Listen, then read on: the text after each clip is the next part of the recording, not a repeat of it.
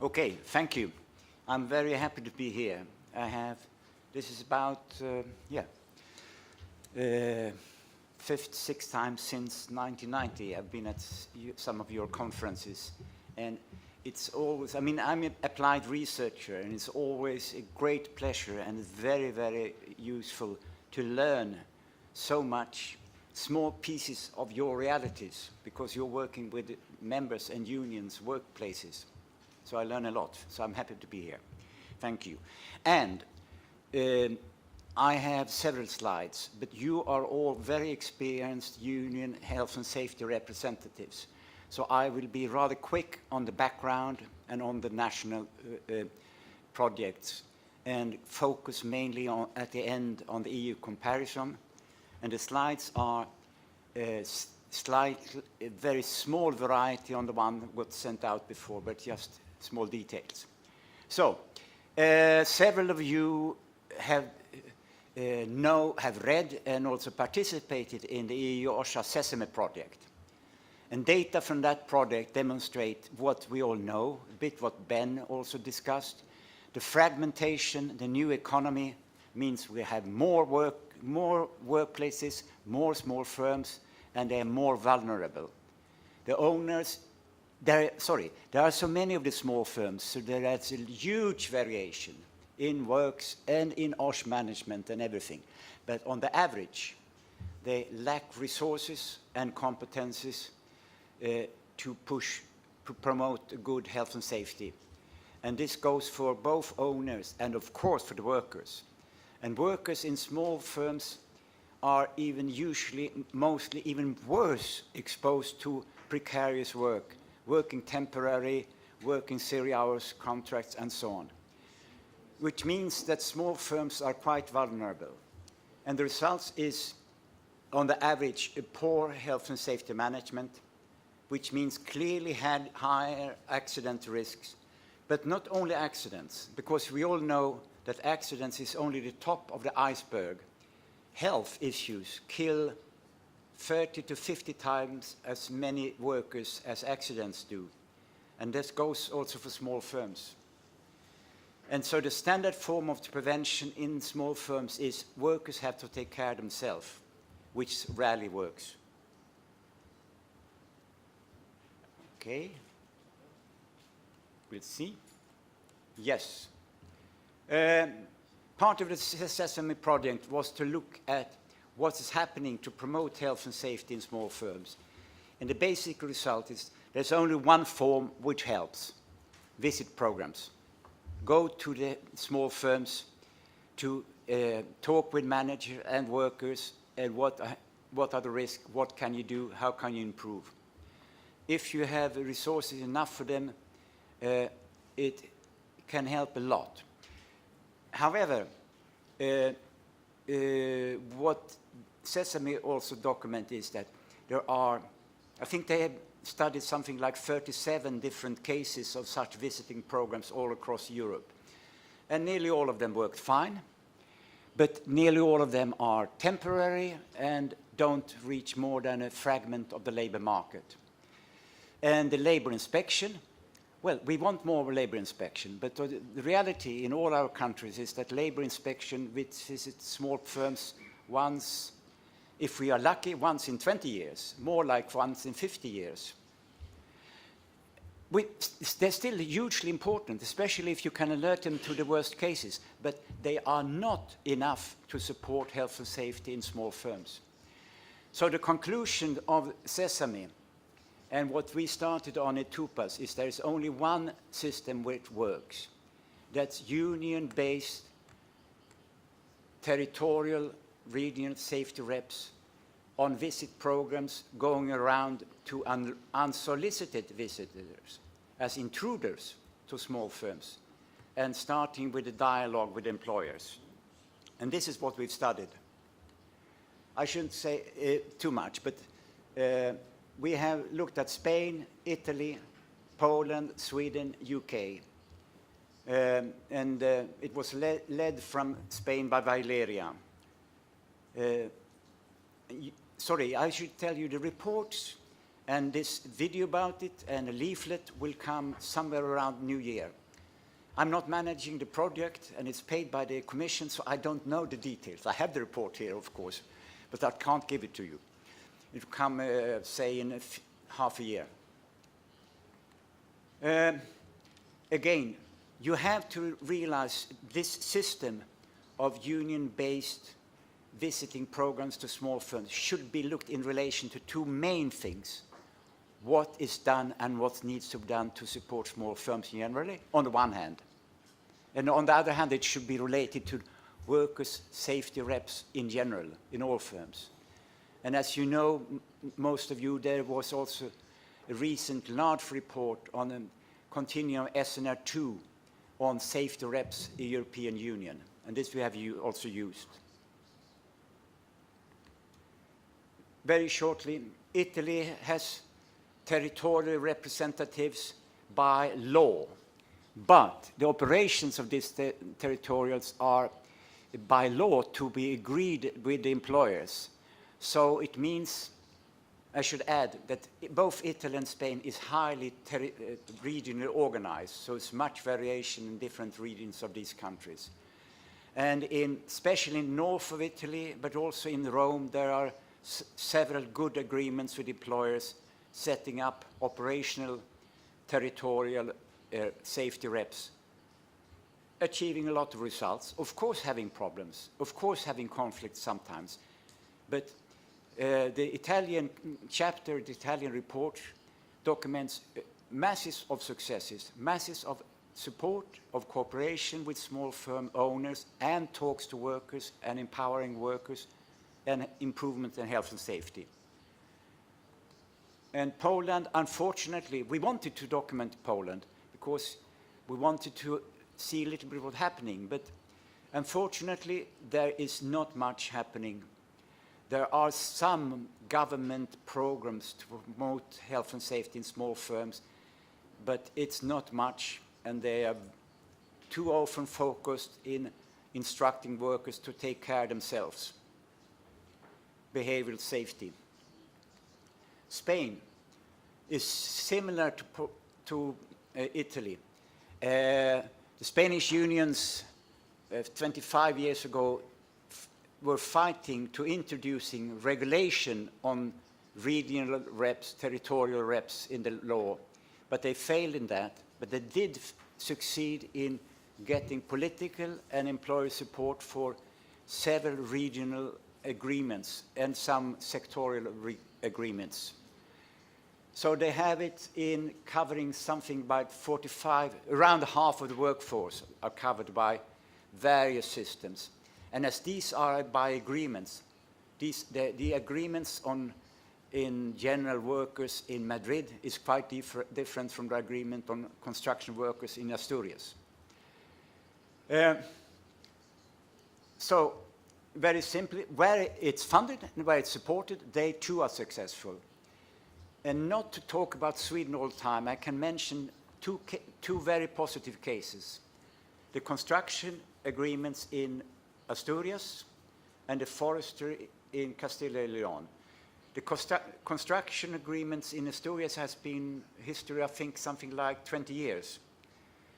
And they used to operate one representative from employers and the unions together for many years, which helped. Since 4 years, they are to cover more workplaces. Employers go to some, unions go to some. But the union, TUPAs, or whatever you call them, trade union preventive agent, still are effective. They still achieve a good local dialogue.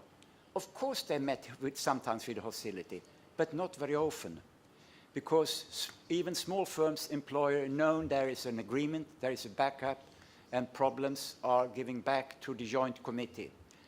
So all in all, the assessment is, yes, there are still risks at construction workplaces in Asturias, but they are much better than they were 20 years ago.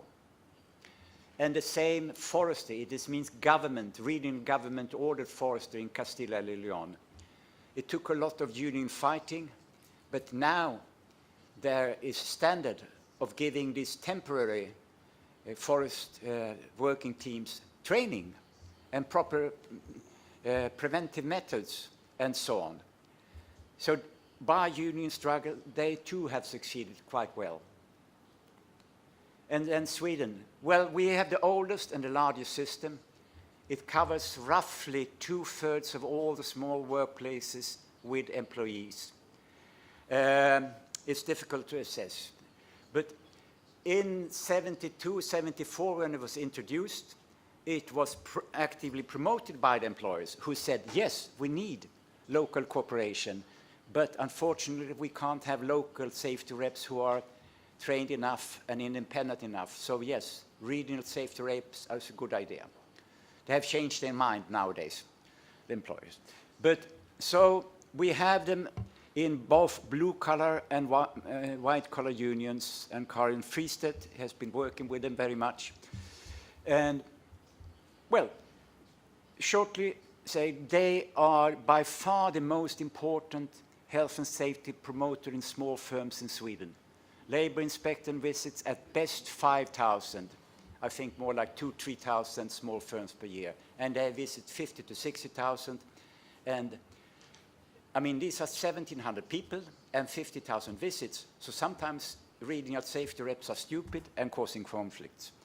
And quite often they're conflicts because the employer is not wanting to accept his or her responsibility, but by 95 to 98% is cooperation and a lot of results.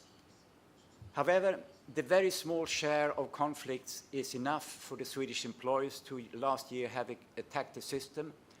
And you have heard we have a very unsure elections, so there is some risk for the system. But still, it's good. And then UK had large-scale trials with roving safety reps and so on around 2000. And they too were successful. Even if there were union people coming as intruders to small firms, they managed to get good local dialogues and a lot of health safety improvements. For political reasons, there was no prolongation. What you have now in UK are small local agreements for safety reps for larger workplaces to go out and visit small workplaces and so on, but with no special funding. Yeah. So, from the UK's unfunded small agreements over Spain and Italy to Sweden, even Spain, which have no legal basis, they are quite fairly spread, and Sweden have it even more, but they're contested. What we can say is that any effect evaluations, which are loved by modern type of politics, know the effects. How many lives have been prevented by the safety reps? Forget it. It's impossible. Research demonstrates we can have a process evaluation. How have these TUPAs promoted a better OSH management in small firms? And the most data we have is from Sweden, but we have also the cases from Italy and Spain, and they all demonstrate, yes, it works. They are effective. Just to emphasize one aspect, there is a difference between union-appointed health and safety experts or union-appointed senior safety reps going out in these systems and a so-called neutral health and safety expert, because these TUPAs, regional territorial safety reps, are workers' voice by mainly three things. They reshift the focus from the employers themselves, from behavioral safety, to where their responsibility is, the employer's duty of upstream prevention. Secondly, they talk to workers and bring their experience into the dialogue with employers. And thirdly, they, everywhere where it's possible, they try to improve the local dialogue. I know more data from Sweden, and there are hundreds, if not thousands, of local small workplace safety reps being appointed with the help of the regional safety reps. So they are not only neutral experts, they are worker representatives. Yeah, these are some data about it, which you included in the report. Sorry, I should say, repeat again. Wherever there is funding enough, and quantitative funding and continuous funding, and wherever there is enough cooperation with authorities and employers, they work, even despite they are coming from outside as union intruders. So the funding is central, cooperation is central, but something else is central. As you know even more than me, unions are not loaded with money. So for all this system to work, it needs high-level union priority to focus on this. This takes union time and union resources. So the only system works is where unions has allocated this type of outreach to workers in small firms as a high-level priority. And the last thing, which is central, the selection of these people who are becoming various forms of TUPAs, regional territorial reps, is important. Because going out as an intruder to small firms is a very sensitive task. And nearly always they succeed because they have the right type of person. They have a lot of experience of interacting with manager, and they have the proper training in both the legal position and health and safety. But it's a challenging task. And then the question is, what can you do? I mean, we need it. I know the reality. You know it even more. But is there any chance to extend this type of system to more small firm workers in the EU? This depends. What you need is for both politicians and employers to, not only in formal speeches, but in actual actions, support the need to go out and have a visit programs to small firms, and also to have a strong recognition and acceptance for the need for workers to be represented. And you need union resources. And you have to think, is that possible to achieve in your countries? I ask Esther the impossible questions about how can this be achieved in the union level. And she gave me the best answer she could, which was very vague, of course, because this is very much national based. But I think it's important to remember, this is not only something that can work in Sweden, in the north of Europe. It does work in Italy, it does work in Spain, and when they tried it in Britain on a large scale, it worked as well there. So, more TUPAs to the workers of Europe.